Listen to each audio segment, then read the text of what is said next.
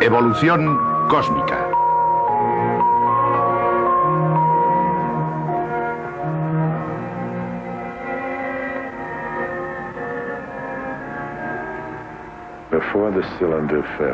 Antes de caer el cilindro, había una creencia general de que más allá de nuestra insignificante, diminuta esfera, en la profundidad del espacio, no existía vida.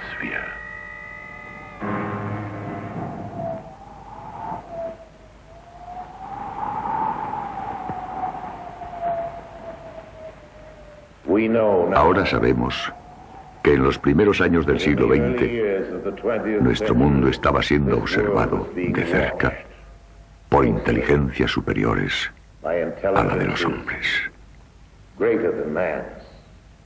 Observado a través de los abismos del espacio por espíritus que son a los nuestros lo que los nuestros son a los de las bestias salvajes. Intelectos vastos, fríos e implacables contemplaban esta tierra con ojos envidiosos y trazaban con lentitud y seguridad sus planes de conquista.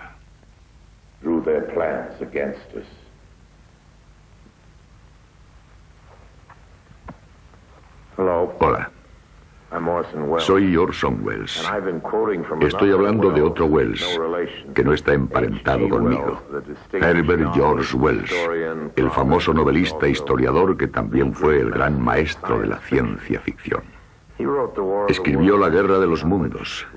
En ella se basó un famoso programa de radio que, como algunos recordarán, originó que varios miles de oyentes se echaran a la calle presos del pánico a lo largo de todo el país. Wells me denunció por aquello, pero pasado un tiempo, se convenció de que el programa, al igual que su obra, no había pretendido provocar disturbios, sino tan solo entretener. Llegamos a ser buenos amigos y me perdonó.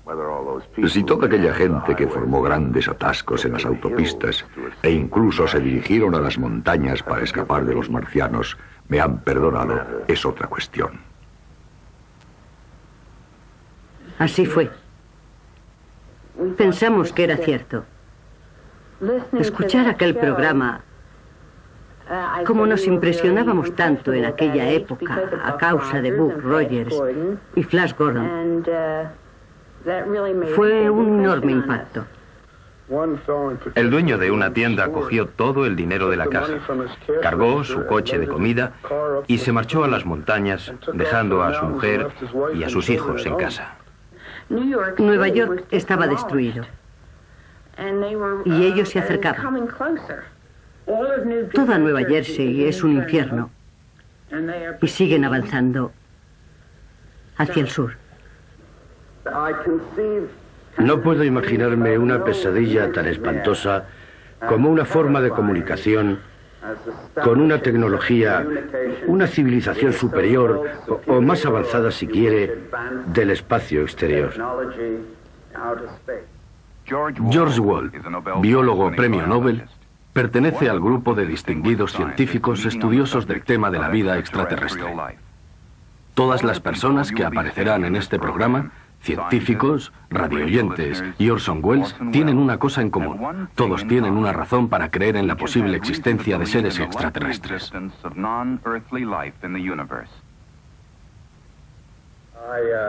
Yo opino que es indudable que vivimos en un universo habitado, que hay vida en todo él. Lo que yo opino es un hecho que, como ya he indicado, es de todos conocido. La gente sabe que en el espacio existe 1 millón de civilizaciones. Esos seres son extraordinariamente feos, pero mucho más listos que nosotros. Eso al parecer es útil y una experiencia que crea carácter en la humanidad. Con los monstruos procedentes de Marte en su famosa emisión de radio, Orson Welles llegará a través de la ciencia ficción a los hechos científicos, a una nueva visión de la vida extraterrestre aparecida a raíz del envío de cohetes a diferentes planetas, de los descubrimientos interestelares y de la investigación de la propia naturaleza de la vida.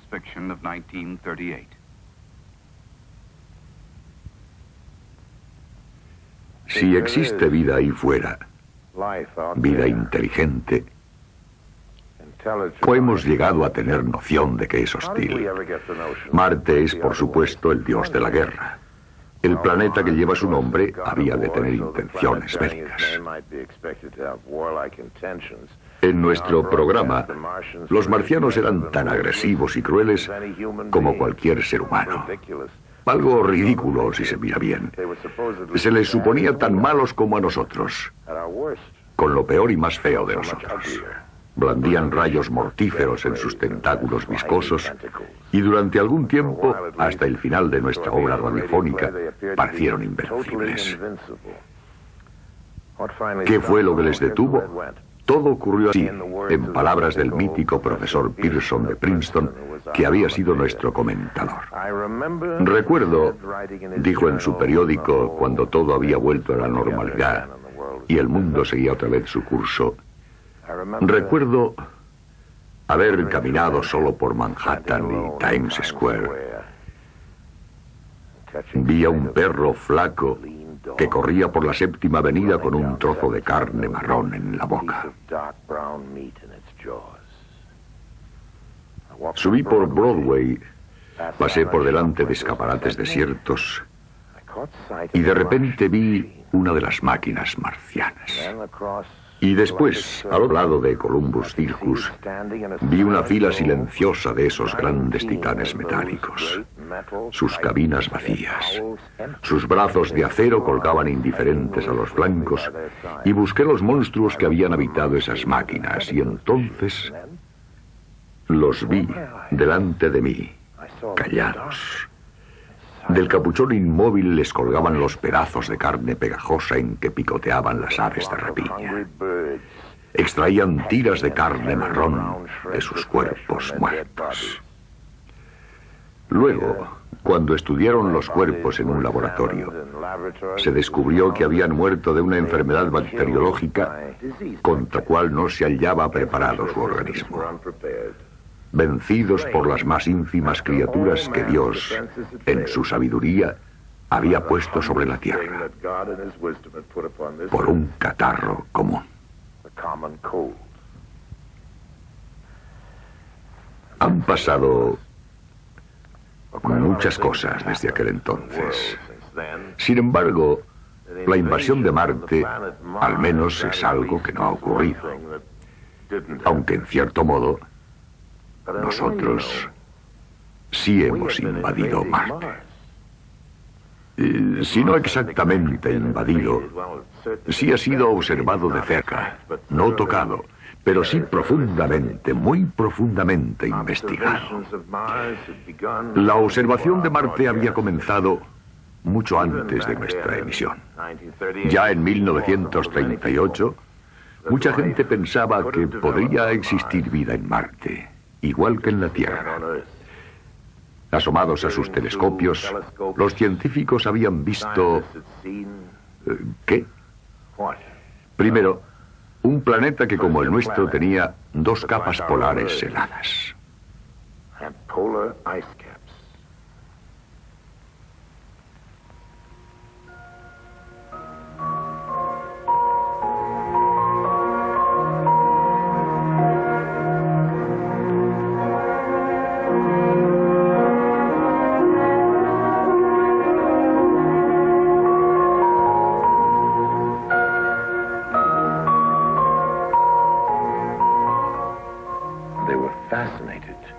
Comprobaron que las capas heladas crecían y decrecían todos los años.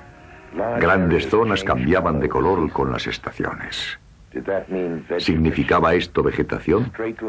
Se observaron líneas rectas en la superficie del planeta. Algunos las llamaron canales.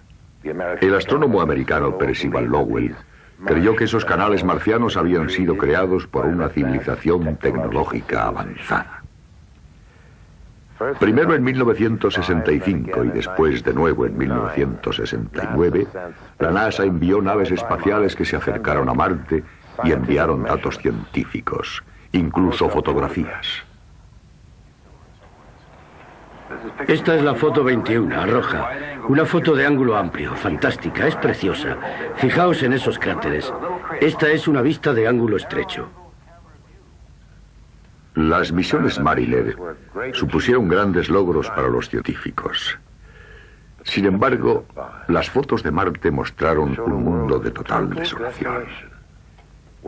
¿Era Marte menos parecido a la Tierra y más a la Luna? No había canales, ni ciudades, ni zonas de cultivos, ni señales de cataclismos en la corteza marciana que pudieran indicar que el planeta era activo o evolucionaba geológicamente. Las fotos no revelaban volcanes que expulsaran gases que pudieran enrarecer la atmósfera. Y el agua, tan esencial para la vida, parecía estar presente solo en pequeñísimas cantidades. La atmósfera era muy poco densa, lo que hacía la posibilidad de vida aún más remota. Nada emocionante para los aficionados a la ciencia ficción. Pero para los científicos, la emoción consiste en descubrir los hechos. De eso se trata el juego. Estos primeros acercamientos habían revelado solo algunos hechos. Pero la exploración de Marte, junto con la de todos los demás planetas del sistema solar, había solo empezado. No puedo imaginar que haya nadie, ningún espíritu que, al contemplar este universo que nos rodea y sentir toda su inmensidad, su historia, no quede impresionado por la idea de que nosotros, pequeños átomos hechos de la misma materia que las estrellas, tenemos la capacidad de observar la otra parte del universo. Un lado del universo tiene la capacidad de observar el otro lado y preguntarse sobre él. Es algo sorprendente y le trae a uno a la memoria todo tipo de pensamientos sobre religión, filosofía y otras cosas. Ahora no me pregunte por la vida en Marte, ¿de acuerdo? En la historia ficticia, en la Guerra de los Mundos, se entendía que los marcianos luchaban por su supervivencia. Su planeta se estaba volviendo tan frío e inhóspito que ellos iban a morir. Una vida real, confinada en un planeta tal, lucharía por su supervivencia intentando cambiar, evolucionando. Todo ser vivo en la Tierra ha evolucionado desde lo más ínfimo. Un microbio, diminuto, invisible. Alimentado el microbio se reproduce en colonias tan grandes que rápidamente se hacen visibles. Aquí en nuestro planeta, los microbios se han adaptado a sobrevivir en las condiciones más hostiles, en áridos desiertos, en el helado Himalaya, en las profundidades de los océanos, en fosas a miles de toneladas de presión. Los biólogos están estudiando en laboratorios capacidades de adaptación que hasta hace pocos años hubieran parecido fantásticas. Dentro de los sistemas de refrigeración de los reactores atómicos, se han descubierto organismos desarrollándose en un medio en el que se creía que la radiación acababa con cualquier resquicio de vida. En hospitales que utilizan ultravioletas para la esterilización, se han descubierto fuerzas resistentes a la mortífera radiación. Los biólogos hoy cultivan organismos en soluciones finas, ácidas, alcalinas, en gas amoníaco, en manantiales de agua hirviente, en hielos que derriten en parte todos los días. En el vacío de un simulador espacial, formas de vida han estado floreciendo durante años sin oxígeno.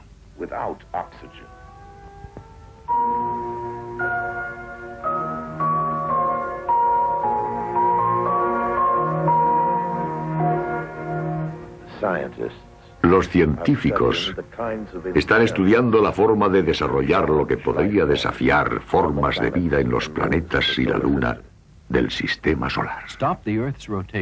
Detengan la rotación de la Tierra. Quítenle su vecina amiga la Luna. Empújenla un poco más cerca del Sol y según los científicos la Tierra se volverá como este planeta. Venus. Recientes descubrimientos indican que la Tierra y Venus son idénticos en muchos aspectos. En algún momento de su historia, Venus pudo incluso tener océanos similares a los nuestros. Estos son algunos de los descubrimientos resultantes de la Conferencia Internacional Científica sobre Venus. Muchos de estos nuevos descubrimientos han llegado de las naves Pioneer que la NASA envió para estudiar el brumoso Venus de cerca. Sabemos que Venus tiene unas nubes densas de gas que parecen una especie de bruma o niebla espesa y que nos quemarían la piel si nos expusiéramos a ellas. El fondo de las nubes se encuentra unos 45.000 metros por encima de la superficie y debajo la atmósfera está despejada. Según nos adentramos, la atmósfera se va haciendo más y más densa y en la superficie alcanza los 800 grados Fahrenheit, unos 500 grados centígrados. La temperatura es tan alta que cualquier ser que estuviera expuesto a ella moriría. Y la presión es la equivalente a la que hay a 9.000 metros de profundidad en el océano. La presión es aplastante. El nivel de luminosidad durante el día sobre la superficie es mucho más tenue que el día más cubierto que jamás hayamos experimentado aquí en la Tierra. Es un lugar asfixiante, ardiente y oscuro. En los primeros años de la historia del Sistema Solar, se podrían haber dado condiciones propicias para la existencia de vida en Venus. Uno de los elementos claves fue, según el geólogo Dr. Gerald Masursky, el agua. Yo creo que hubo mucha más agua en Venus en otro tiempo, igual que hoy hay en la Tierra, pero ya no la hay. Es demasiado caliente. Hay mucho vapor en la atmósfera. La pregunta es, ¿hubo en otro tiempo agua condensada en su superficie? Hemos estado buscando en las fotografías infrarrojas de alta resolución y la forma de hacerlo es buscar líneas de costas, porque hoy hay lagos secos en zonas al oeste de Estados Unidos que estuvieron cubiertas de agua en la era glaciar. Y tenemos pruebas de que esas líneas se formaron a causa del agua. Podemos buscar estas evidencias en la superficie de Venus. No nos sorprendió al conocer la historia de Marte ver que en otro tiempo había sido diferente, y lo mismo ocurrió con la Tierra.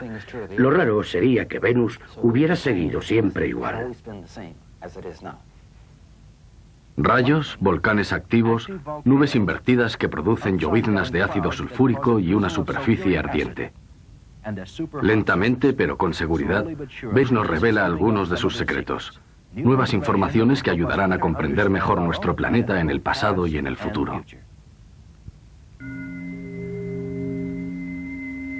Estos sonidos que parecen música son en realidad ondas de radio recogidas por el detector de plasma de la nave de la NASA, Voyager 2, al acercarse al planeta Saturno tras 4 años de viaje, unos 4.000 millones de millas. El Voyager 2 pasó a menos de 63.000 millas del colorido planeta y nos envió miles de fotografías perfectamente nítidas. Los astrónomos se sorprendieron ante la complejidad de los anillos de Saturno y lo que parecía ser una especie de reflejos dentro de él. Durante uno de los experimentos, los científicos observaron cómo una estrella salía de detrás de Saturno y se escondía tras el anillo. Midieron una cantidad de luz de estrella de 100 veces por segundo en cada destello. Descubrieron muchos hilos individuales o pequeñas estructuras orbitales alrededor de Saturno, como olas en un océano. Saturno también tiene una meteorología muy interesante, según el jefe del equipo de imágenes, Dr. Bradford I. Smith. Se ha descubierto que existe similitud entre la meteorología de Saturno y la terrestre. El análisis, que aún continúa, intenta comprender la dinámica del sistema de Saturno. Este análisis nos será de gran ayuda a la hora de interpretar nuestra primera geología. Saturno está rodeado de anillos y pequeños cuerpos formados de roca y hielo. Uno de los jefes de los estudios geológicos de los Estados Unidos se especializa en el estudio de las lunas o satélites de Saturno. Lo que hemos observado en las misiones de transmisión es que la colección de objetos descubierta en el sistema de satélites de Saturno es extremadamente variada, anticipada en términos de actividad geológica. Y si esos objetos se mantienen activos y vivos, han permanecido activos durante gran parte de la historia geológica. Es algo apasionante que exista un objeto que continuamente ha renovado su superficie, pero que en realidad tiene una masa que supone una 100.000ésima de la masa de la Tierra. El satélite del tamaño de la Luna terrestre, llamado Titán, tiene muchas características que podrían haber existido en la Tierra en su historia geológica temprana. Su atmósfera está dominada en un 82% de gas nitrógeno comparado con el 79% de la Tierra, pero en lugar de oxígeno tiene metano e hidrógeno y es muy frío y brumoso. Las cámaras del Voyager 2 se han agado y así permanecerán la mayor parte del tiempo en los próximos 4 años. Pero los ingenieros del Laboratorio de Propulsión a Reacción de la NASA seguirán vigilando y guiando su viaje hasta su cita con el planeta Urano en 1986 y Neptuno en este año. El científico del proyecto Voyager, Dr. Stone, hace observaciones sobre la importancia que tiene este tipo de investigaciones. Pienso que todos deseamos comprender nuestro entorno y es interesante tener suficiente capacidad para estudiar el sistema solar en que vivimos. Nos parece muy interesante porque somos personas curiosas y vivimos en un planeta del sistema solar que ha evolucionado hasta llegar a ser lo que es hoy y que continúa evolucionando. Es difícil observar algo y poder volver atrás en el tiempo con exactitud o adelantarse al futuro, pero observando una serie de ejemplos que existen hoy en el sistema solar, podemos tener una idea más clara de nuestros principios. Mirando atrás en el tiempo, posiblemente podamos asomarnos al futuro y ver cómo evolucionarán las cosas. En 1971 el Mariner 9 llegó a Marte equipado para ponerse en órbita y moverse a su alrededor durante algún tiempo. Muy oportuno porque cuando llegó, la superficie de Marte se había oscurecido totalmente por una tormenta de arena. Cuando la tormenta cedió, empezó a aparecer el nuevo Marte. El primer rasgo que se pudo percibir sobresaliendo del polvo parecía un enorme cráter. Se levantaba varios kilómetros por encima de las tierras bajas, en el pico de una enorme montaña, la Nix Olímpica. Cuando la arena fue asentándose, emergió la sorprendente realidad. La montaña de Marte era en realidad un gigantesco volcán. Después de todo, Marte no era un planeta muerto geológicamente. Extensas arcas en la superficie del planeta demuestran que Marte está cambiando y evolucionando a gran escala. Marte empieza a parecerse, al menos geológicamente, más a la Tierra y menos a la Luna. Una nueva evidencia de agua empezó a aparecer de forma sorprendente. Entre las muchas nubes de la atmósfera marciana se descubrieron algunas compuestas de agua. Acercándose más a la superficie, empezaron a vislumbrarse extrañas formas sinuosas, algunas comparables a formas recortadas en nuestro propio planeta. El río Mississippi. Lentamente surgieron las interpretaciones. Solo una corriente líquida continua sobre la superficie marciana podría haber causado tales formas de erosión. Algunos científicos no estaban de acuerdo, pero el astrónomo Carl Sagan teorizó que Marte contenía en realidad mucha más agua de la que suponíamos. El agua podría estar permanentemente helada durante la era de glaciación, como la presente. Durante los ciclos cálidos, cuando las capas polares liberan gases que forman una atmósfera más pesada, el agua se libera en forma de nubes. Esas nubes podrían bañar de lluvia el planeta durante miles, quizá millones de años. Si la interpretación de Sagan es correcta, podría haberse originado la vida en Marte en ciclos favorables y podría haberse adaptado a condiciones más duras y desarrollarse. Y ciertamente podría existir hoy. Los biólogos del espacio están estudiando otros medios posibles al mismo tiempo que se preparan para buscar la vida más allá del planeta Tierra. Beyond the planet Earth.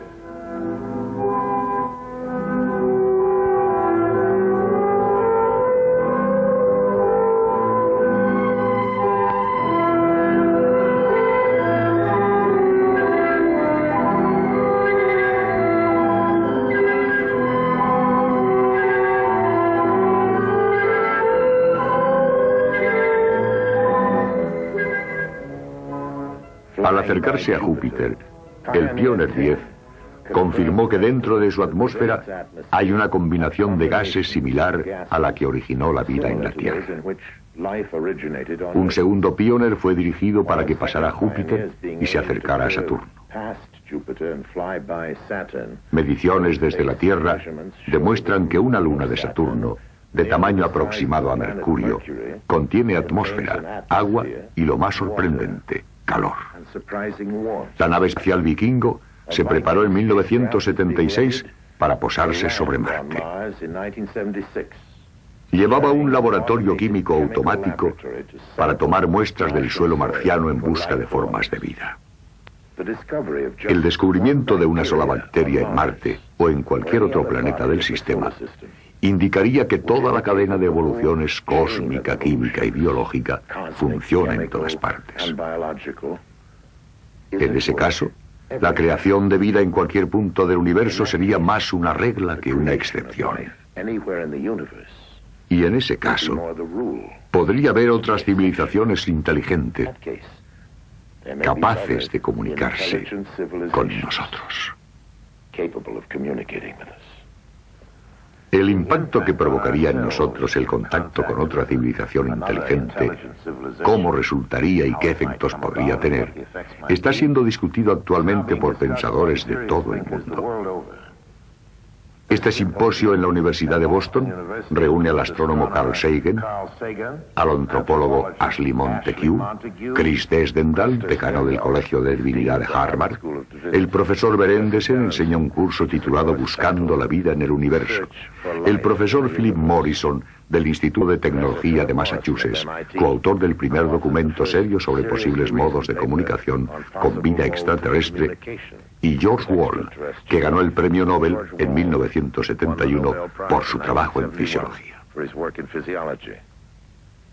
Hoy es posible hablar sobre la vida en otros planetas o vida inteligente en otros planetas, mientras que hace 1 o 2 décadas no lo era. Era considerado demasiado especulativo para invertir tiempo en ello. El número de estrellas solo en nuestra galaxia es asombrosamente grande, del orden de los 250.000 millones. La probabilidad de estrellas con un sistema planetario es altísimo. Creemos que podría ser la mitad. La probabilidad de que esos sistemas planetarios puedan ser comparables al nuestro y de que esas estrellas tengan una esfera en la que la radiación permita la vida, que no sea demasiado caliente ni demasiado fría, es muy razonable. Estas informaciones han llegado en primer lugar con la astronomía. Después se unen los bioquímicos que nos cuentan la probable evolución aquí en la Tierra y qué elementos son necesarios para ella, moléculas ADN, aminoácidos y otros. Aminoácidos que recientemente han sido descubiertos en meteoritos y también en moléculas interestelares flotando en el espacio. Sabemos que los materiales de vida con bases carbónicas existen, y existen muchas estructuras de vida más allá de nuestro planeta, en nuestro sistema solar. Si juntamos todas estas probabilidades, nos llevan a la conclusión que habíamos utilizado como premisas y que aparentemente nadie ha rechazado, y son que la vida debe existir en el universo de forma abundante. Las estimaciones más optimistas sobre el número de civilizaciones que pueden existir en esta galaxia son del orden del 1.000.000, lo que significaría que solo unos pocos cientos de miles de estrellas tendrían dichas civilizaciones. Y eso significaría 1.000 millones de lugares solo en nuestra galaxia que podrían contener vida. Según mi opinión, existe una sociedad de estos grupos, no únicamente uno, seguramente habrá muchos. Si tan solo hubiera uno, no tendríamos esperanza de encontrarlo. Tiene que haber miles, quizá lleguen al 1.000.000, probablemente ya hayan pasado por esta larga historia. Esta misma experiencia de encontrar otras nuevas civilizaciones y unirlas a la sociedad. Yo pienso que si una civilización avanzada nos observara, dirían: fíjate en esos tipos, están terriblemente atrasados. Vete al museo y trae uno de esos, ¿cómo se llama? Un radiotelescopio y dirígelo hacia ellos. En 1970, un grupo de radiocientíficos, astrónomos y otros realizaron en California un estudio sobre la viabilidad de recoger comunicación interestelar. Se llamó Proyecto Cíclope. El resultado de aquel estudio fue que los Estados Unidos tenían la capacidad técnica para construir un gigantesco equipo de radio capaz de explorar el espacio con bastante buena resolución y sensibilidad a una distancia de varios cientos o posiblemente miles de años luz, con una clara posibilidad de recoger una señal si la hubiera. Con nuestra tecnología somos capaces de detectar nuestra propia presencia en cualquier punto de esta galaxia de 250.000 millones de estrellas. En primer lugar, los seres que envían ese mensaje serían completamente diferentes, incluso si su bioquímica se pareciese a la que enseña el profesor Wall. Tendrían enzimas, pero serían LR. La situación LD sería muy diferente y no sé qué sistema de cadenas de enzimas tendría. No comerían lo mismo que nosotros, aunque su bioquímica fuera igual. Lo mismo que nosotros, no podemos comer lo que come un champiñón.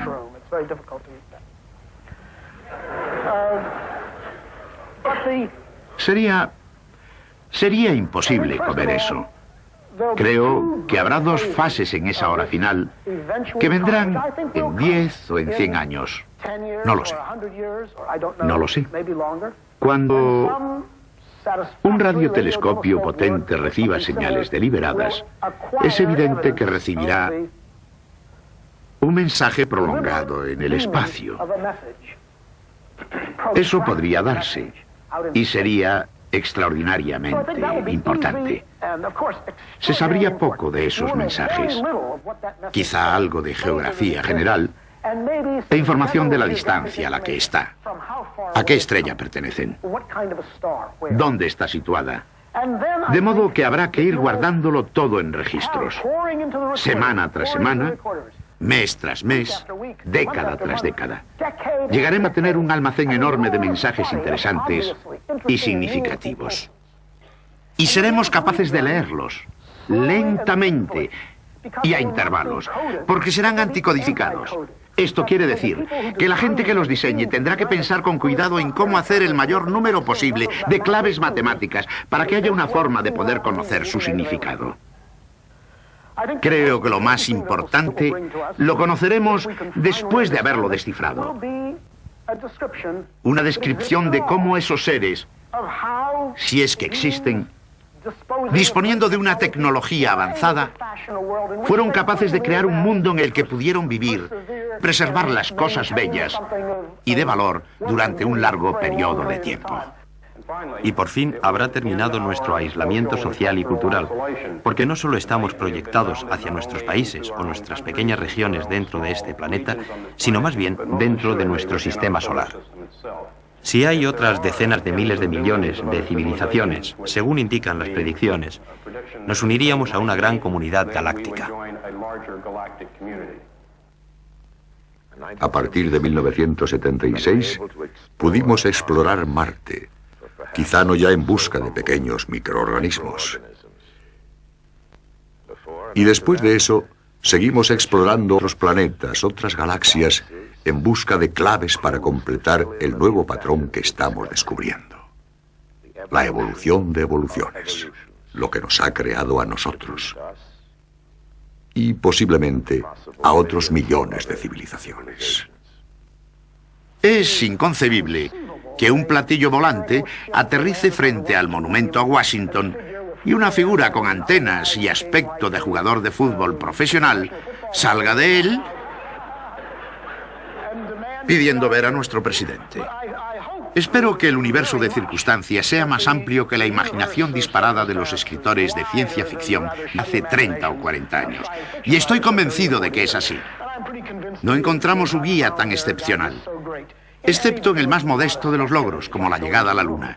No es gran cosa. La diferencia entre las naves de la NASA y aquellos espeluznantes platillos volantes de la Guerra de los Mundos es la diferencia entre ciencia y ciencia ficción, y, cómo no, entre la guerra y la paz. Es nuestro propio planeta el que ha resultado ser visitante interplanetario. Somos nosotros los que salimos al espacio, no con rayos mortíferos, sino con cámaras. No para conquistar, sino para aprender. En realidad nos estamos comportando mucho mejor en el espacio que en casa, en nuestro propio planeta.